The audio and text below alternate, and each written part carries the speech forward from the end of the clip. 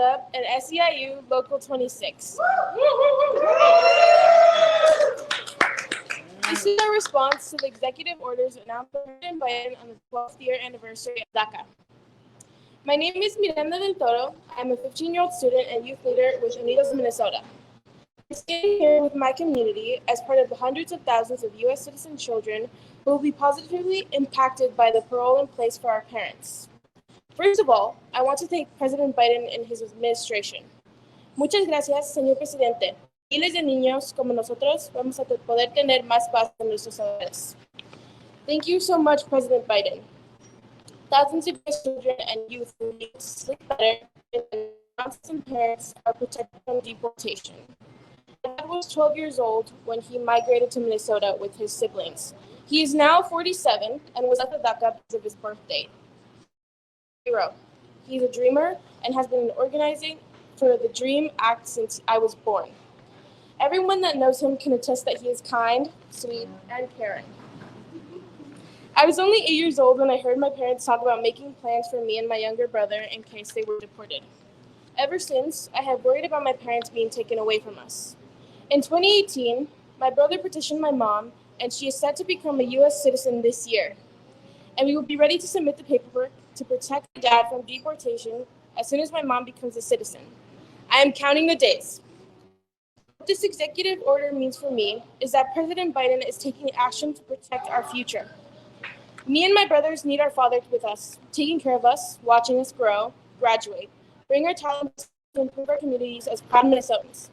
Me and my family are committed to continue and organize with other immigrants until more people have deportation relief. A path to citizenship and refugees continue to so that a path for refugees to have safety and protection. Even though I am 3 years away from voting, I want to urge all eligible voters, especially those turning 18, please vote and invite others to vote. Especially children of immigrants, vote so we can ensure parole in place and DACA are protected and TPS is expanded. I am ready to volunteer this election and will continue to build a path toward comprehensive immigration reform with all of you. Please get involved. And now it's my honor and privilege to introduce our immigration, racial, and economic justice champion, my Congresswoman, Ilhan Omar.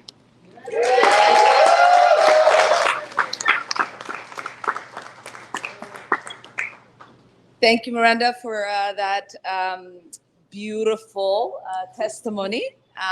The youth is not just the future, but is of the present. I am really honored to be here with Unidos and SEIU Local 26.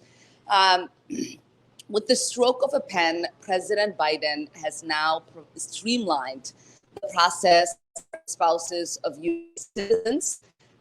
This really stabilizes families. It gives opportunities for millions of people not to have the anxiety of being separated from their families, but not worrying about missing a birthday, an anniversary, a wedding, a funeral, a graduation. This is a momentous moment. And I know, as somebody who represents this district, as a congresswoman whose office is a liaison to all the federal agencies, we handle immigration cases from family reunification to citizenship and so much more.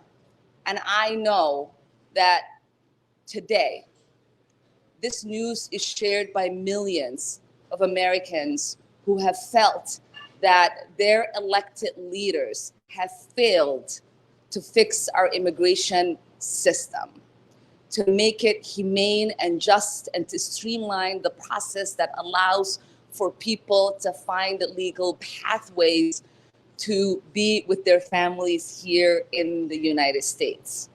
And so I know that the excitement that is shared by every single person in our community here is shared by so many people across this country.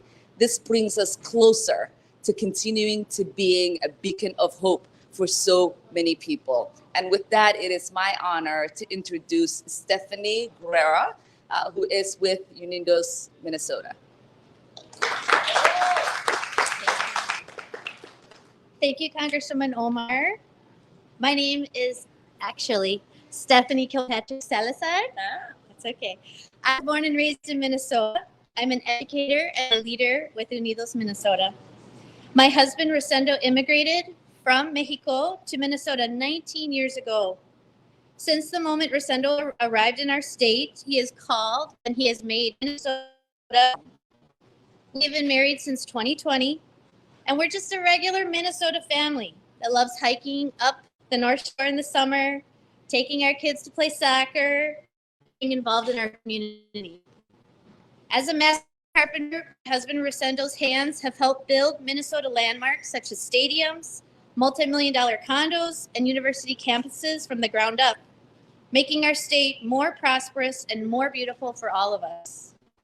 I am glad that yesterday's announcement reflects a bigger commitment to treat mixed status families such as ours, working families with respect, and more importantly, it reflects and upholds the dignity of my family.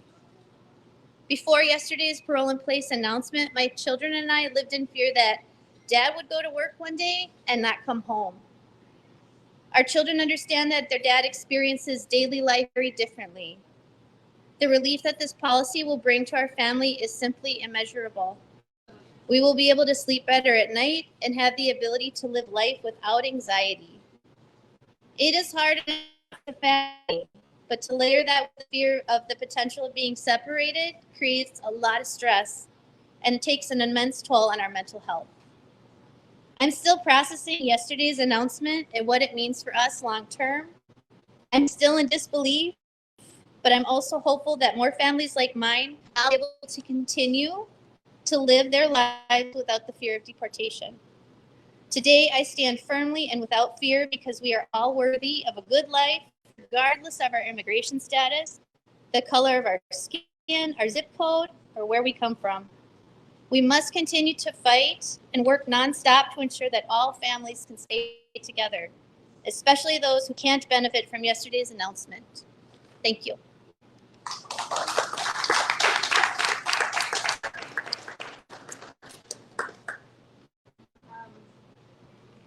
Good morning.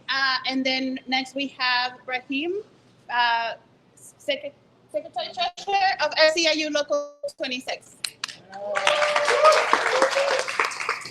Good morning. We will not be standing today if it wasn't for my sister, Emilia. I want you guys to give her a round of applause for the great work that she does, for the dedication to this movement. My name is Brian. I'm the Secretary Treasurer of SEIU Local 26, a union of 8,000 workers in the two cities. We are proud to be one of the diverse unions in the state, representing a beautiful mixture of race, ethnicity, and background. Our members live here in Minnesota. They clean and they protect this building, housing some of the richest corporations in the country. But they call Minnesota home. They all came here for better opportunity. Some came here for new opportunities. Some have to leave the country because of war or unrest in their country. But everyone here is part of. We always have been part of the push to create a more just and fair immigration system.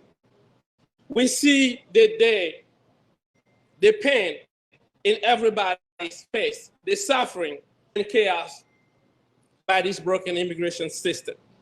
It is frustrating that so many politicians use immigration to divide us instead of creating a solution. We believe that belong policy like this one show the best of our political system. Our members know that a good race or a good contract will win. It's not going to change their life, but they know several more. So today is also Juneteenth. Juneteenth, the people will know Juneteenth is the slaves knew that they were free. So this is the double joy for us, right? So as we are celebrating this amazing news, the policy that the President Joe Biden passed, we also are celebrating this immigrant who do great work with here in Minnesota and around the country. So give it up to immigrant.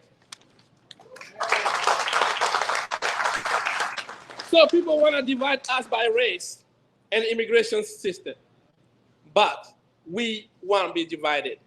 So I want to thank our elected official, Ilhan Omar, who always been our side, fighting alongside all the immigrants in this country. So thank you for your hard work. And I also want to thank my sister again, and for this great win. And thank you all.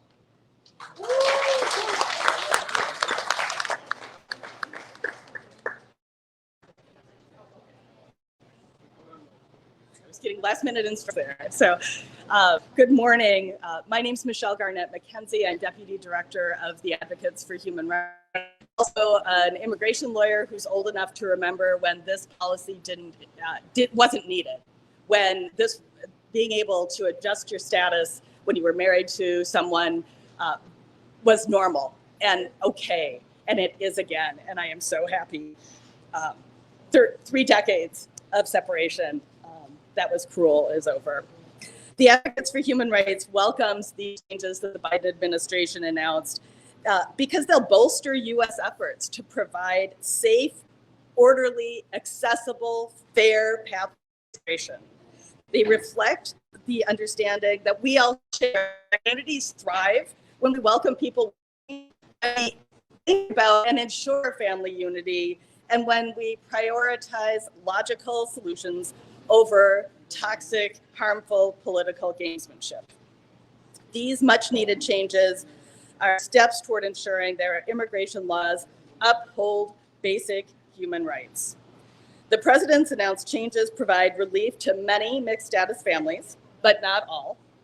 The changes will ensure that spouses of U.S. citizens who qualify are not barred from long-term family unity solely because of the way they entered the country. This workable policy furthers human rights principles and guard family unity as a crucial fundamental human right. It gives people a genuine opportunity to receive the lawful permanent residency for which they have theoretically been eligible for years. It allows them to work, and it gives much needed peace of mind to families who are part of our communities. The announcement also includes some improved processing for employers who wish to hire DACA recipients with university degrees. We're happy to see a broad range of solutions within what the administration can do. So thank you all for being here. Thank you for continuing to fight amongst that toxic rhetoric that uses immigrants as pawns. And I'll welcome to the podium Jose Salinas, come on up. It will take over. Thank you.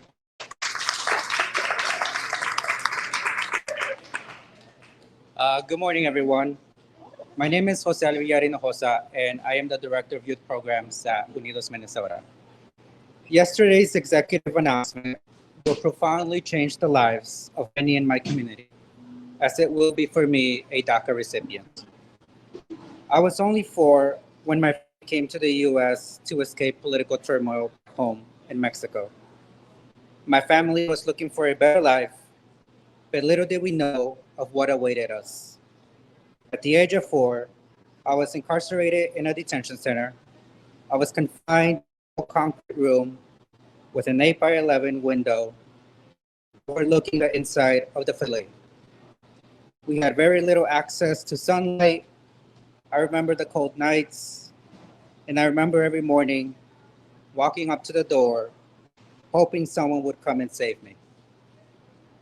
I was there for a few weeks, but as a child, it felt like a lifetime. This single moment changed my entire life. What that moment taught me was that I didn't belong here, that there was something wrong with me, and I needed to hide in the shadows. but that is far from the truth. I, as well as the nearly 11 million undocumented people in the US, deserve to be here. We deserve to have a place that we call home. The news today gives our community so much hope.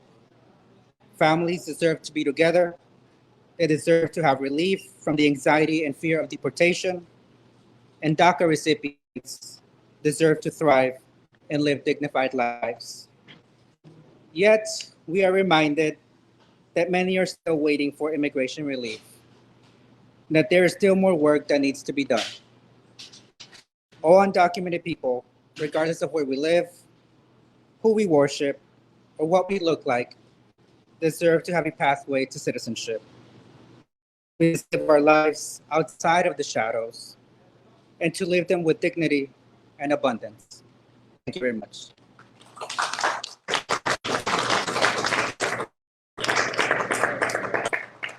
Well, thank you so much. Thank you, Congresswoman Omar.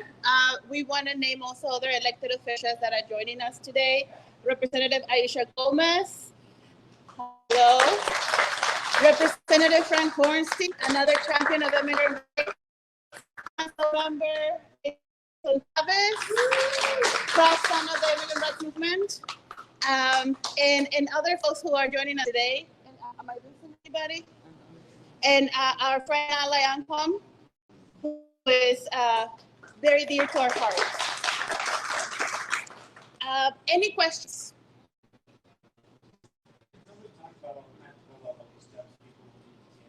Practical level steps people need to take. Julia or Michelle? So, actually, we don't have the details yet.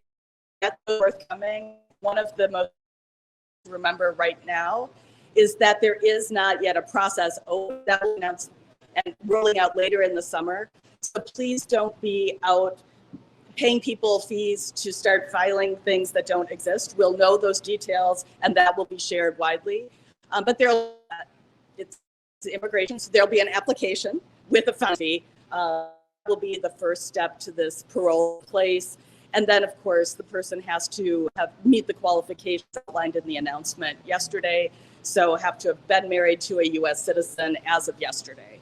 At that point, they'll need to prove the relationship and all of the somebody immigrating to the U.S. has to filing those forms. So there'll be a process for that.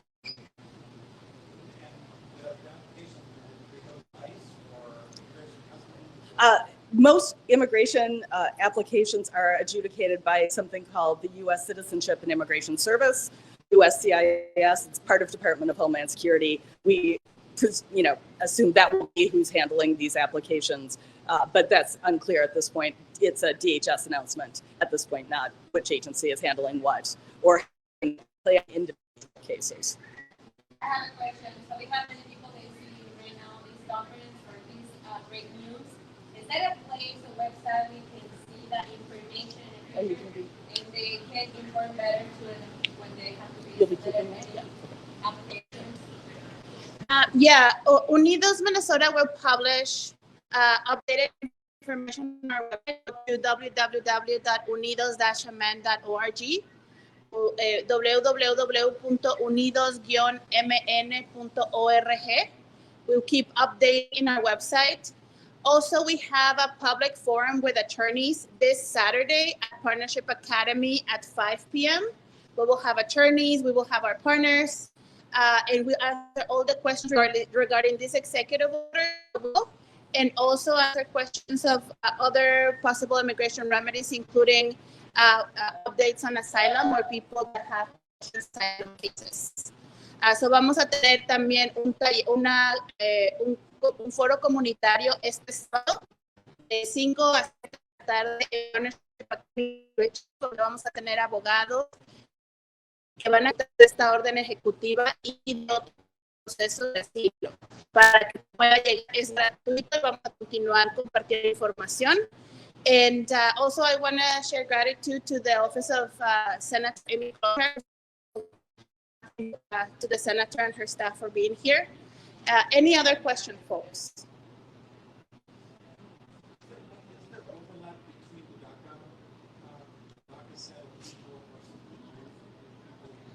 There might be some overlap, yes.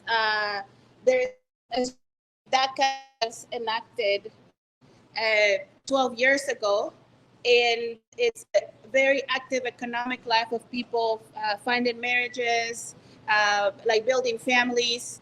And there's some overlap between parole in place and how it can impact DACA recipients, but also there's additional pathways for DACA holders to find work permits that can be different path for permanence in the U.S. So that's very exciting for folks. There's more paths, and this also includes might include undocumented people that don't have DACA, but have a degree and have it here for a long time.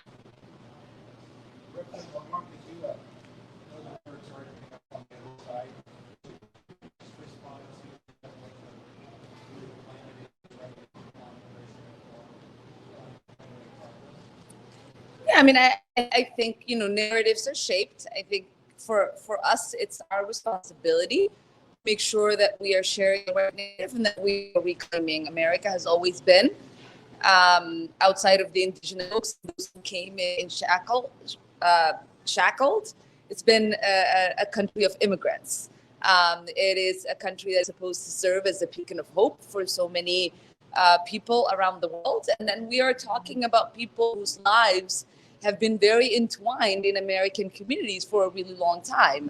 We have 1, 2, 3, 4 children who have been here in this country. They have faith communities, established themselves as a member of society, and they have lived in limbo to the point where they are looking at deportation and maybe reunification. These processes are not necessary when we can streamline and give people the opportunity to improve their qualifications and clarify their merit and extent so that they are able to continue to have the lives that they've created. I think to my colleagues on the other side of the aisle, they could be fine with looking at equipment and using migrants and immigrants for that, but they have a hard time seeing them as members of our society that are worthy and stabilization. And for us, it's to say, remember your grandfather and your great-grandmother or your great-great-grandmother's story. I have colleagues who so proudly share, my family came from whatever country. They came through Ellis Island. They came with $20 in their pocket. These families are not that dissimilar. They've gone through the same hardships. They came here with the same hopes and dreams. And we just need to reclaim that narrative and push it forward. Okay, well, thank you so much for joining us. We'll continue to post and share updates. Thank you so much, Congresswoman, for all the work and the partnership. The best hands we can possibly have.